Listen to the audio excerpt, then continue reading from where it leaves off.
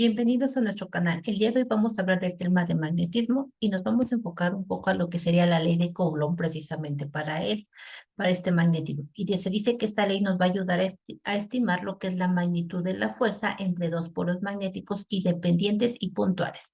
Y bueno, esta ley de Coulomb aplicada al magnetismo habla o nos dice que la fuerza, en este caso, va a ser igual a una constante de proporcionalidad por las masas magnéticas entre la distancia de estos polos magnéticos, ¿sí? ¿Qué quiere decir? Bueno, vamos a hablar que la fuerza se va a trabajar en newtons, una constante, pues es una constante de proporcionalidad, tiene dos valores, 1 por 10 a la menos 7 Weber amper metros o 1 por 10 a la menos 7 newtons amperes al cuadrado. La masa magnética se va a trabajar en ampermetro y la distancia entre los polos magnéticos se va a dar en metros, ¿sí? También es importante manejar lo que sería la inducción magnética. Se dice que la inducción magnética es una cantidad vectorial, vean qué importante, es semejante a la intensidad de campo eléctrico y bueno, esta nos dice que esta inducción magnética va a ser igual a esa misma constante de proporcionalidad por lo que sería masa generadora magnética entre la distancia. La inducción magnética la vamos a trabajar en teslas y es importante recordar que un tesla es igual a Weber sobre metro al cuadrado.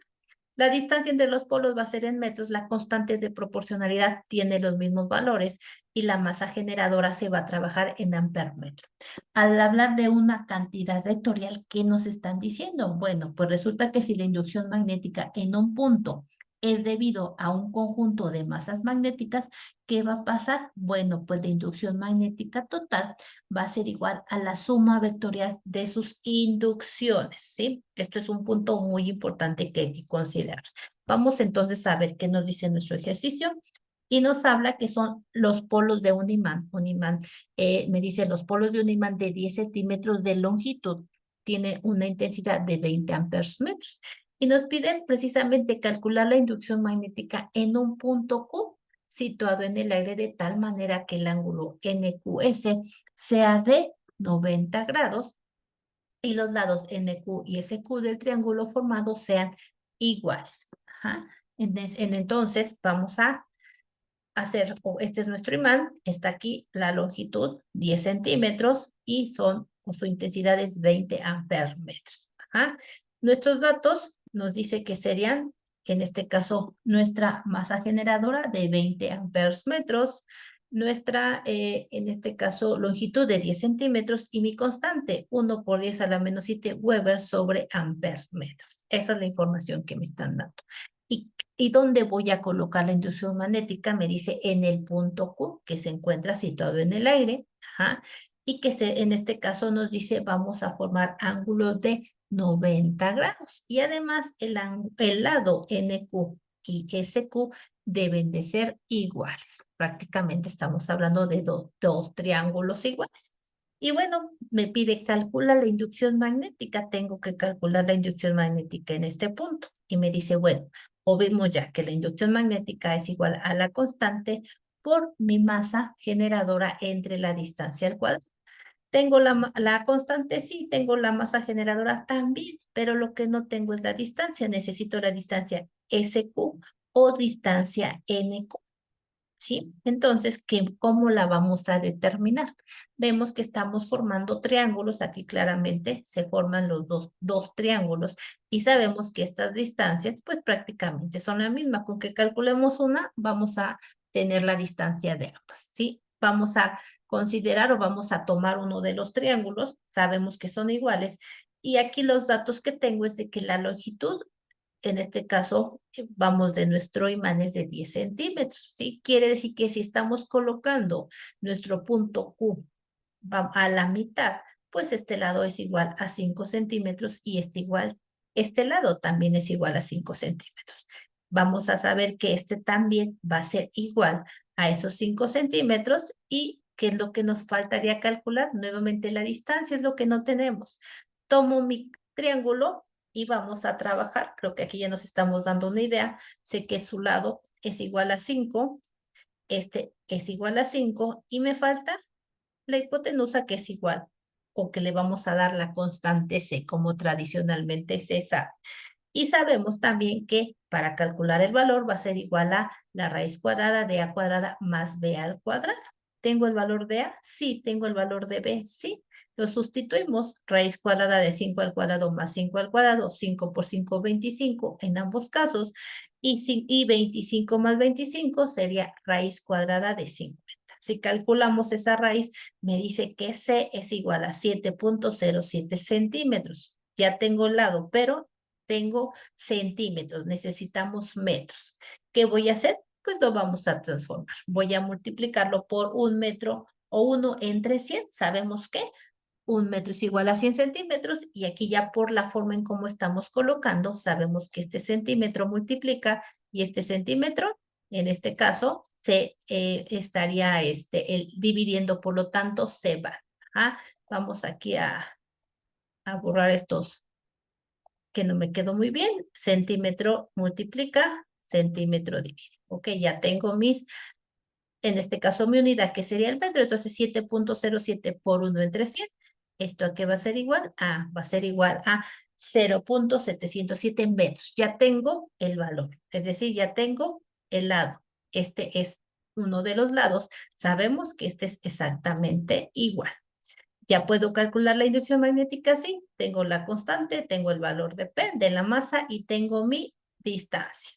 Sustituimos 1 por 10 a la menos 7 Weber entre amperes por 20 amperes metros, que es el dato que tenemos, entre 0.0700 metros al cuadrado. Vamos a empezar a desarrollar.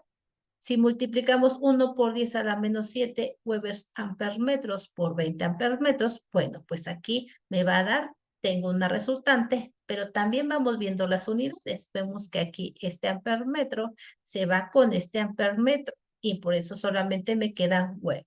Ajá. Y si yo elevo al cuadrado 0.0707, me quedaría 0.004 metros al cuadrado. Recuerden, tanto la unidad como la cantidad se elevan al cuadrado. Si dividimos, esto va a ser igual a 0.004. Esto sabemos que sería Weber sobre metro al cuadrado, pero también dijimos que el Weber sobre metro al cuadrado es igual a Tesla. Por lo tanto, lo sustituimos por Teslas. Esta sería la inducción magnética, pero del punto Q al punto S, o del punto Q al punto, del punto Q al punto N. Entonces, aquí, ¿qué tenemos que hacer? Decíamos al inicio que la inducción magnética es un punto, es una cantidad vectorial y que bueno, si existen varias masas magnéticas, tenemos que trabajar la suma vectorial. ¿Cómo la voy a trabajar? Vamos a regresar al tema de vectores. Yo voy a colocar aquí aquí este recuadro para facilitarme el desarrollo. Coloco mi vector, en este caso sería QS y QN. Tengo que establecer la magnitud. La magnitud la conocemos, la acabamos de calcular y sabemos que pues estamos hablando que sería como estamos hablando de los mismos datos en cuestión de constante, en cuestión de la intensidad y en cuestión de distancia, pues también estaríamos hablando de la misma magnitud para ambos. La dirección, ¿cómo la vamos a calcular? Hay que trabajar, ya saben, colocar nuestros ejes aquí, X y Y. Aquí más o menos los estoy colocando, aquí está X, aquí está, nos representa Y. Y bueno, si es, aquí sabemos que se forma un ángulo de 90 grados y tenemos nuestro vector al centro, pues quiere decir que aquí vamos a tener un ángulo de 45. Recuerden que aquí hay 0, 90, 180, 270 y 360. Entonces, la mitad de esos 90, pues prácticamente serían 45 grados. ¿Sí? Ahora, con el segundo, en este caso mi vector QN, ¿sí? Voy a colocar, ahora me voy a desplazar. Vemos que aquí tengo lo que serían mis ángulos y lo vamos a desplazar. Y en este caso, sé que hasta aquí hay 360 grados y le voy a quitar lo mismo, 45 grados. Esto me va a dar 315 grados. Vean que ya calculamos la dirección en este caso, de mis dos vectores. Para trabajar este método, recordemos que hay diferentes métodos para cómo calcular o trabajar lo que son los vectores. Y bueno, para este método yo necesito, en este caso, conocer la magnitud que ya tengo y calcular obtener la función trigonométrica de cada ángulo o dirección. Para las componentes en X se trabaja en coseno y para las componentes en Y se trabaja en seno. Es decir, que para el primero me quedaría 0.0004 coseno de 45 grados. La magnitud no va a cambiar en ningún caso, solamente va a cambiar el grado. Para UN sería la misma magnitud por coseno de 315 grados. Para mi componente Y, la misma magnitud, pero ahora por seno de 45 grados y para el vector QN en componente Y sería la magnitud por el seno de 315 grados. Vean que no cambia magnitud porque es la misma en ambos casos y aquí lo único, el grado cambia dependiendo de qué vector estemos hablando y la función trigonométrica, ¿sí? Así es como quedaría. Vamos a calcularlo, es decir, si ustedes obtienen coseno de 45 grados y lo multiplican por la magnitud, me va a dar 0.00028. Ahora, coseno de 315 grados por la magnitud, vean que me da el mismo resultado. Vámonos a componentes Y, seno de 45 grados por lo que sería nuestra magnitud y me daría 0.00028 y el último, seno de 315 grados por la magnitud, vean que es el mismo valor pero ahora negativo, ¿sí? ¿Qué voy a hacer? Voy a sacar las sumatorias. Vamos a sumar 0.0028 más 0.0028 y esto va a ser igual a 0.00056. ¿Sí? Sume los dos valores y me da este resultado o esta sumatoria. Con Y vemos que no va a pasar lo mismo. Tengo un mismo valor, nada más que uno positivo y uno negativo, pues prácticamente nos da 0 y la sumatoria en componentes Y va a ser igual a 0. Vamos a recordar nuestra fórmula. Para calcular la inducción magnética resultante va a ser igual a la raíz cuadrada de las sumatorias en X al cuadrado más las sumatorias de Y al cuadrado. Es decir, vamos a sustituirlas. Es 0.00056 al cuadrado más que Y es igual a 0, por lo tanto, pues va a ser 0. Aquí si yo sumo la sumatoria en X más Y, pues me va a dar el mismo valor y queda como 0.0056 al cuadrado. Aquí algo importante, solamente tengo una cantidad.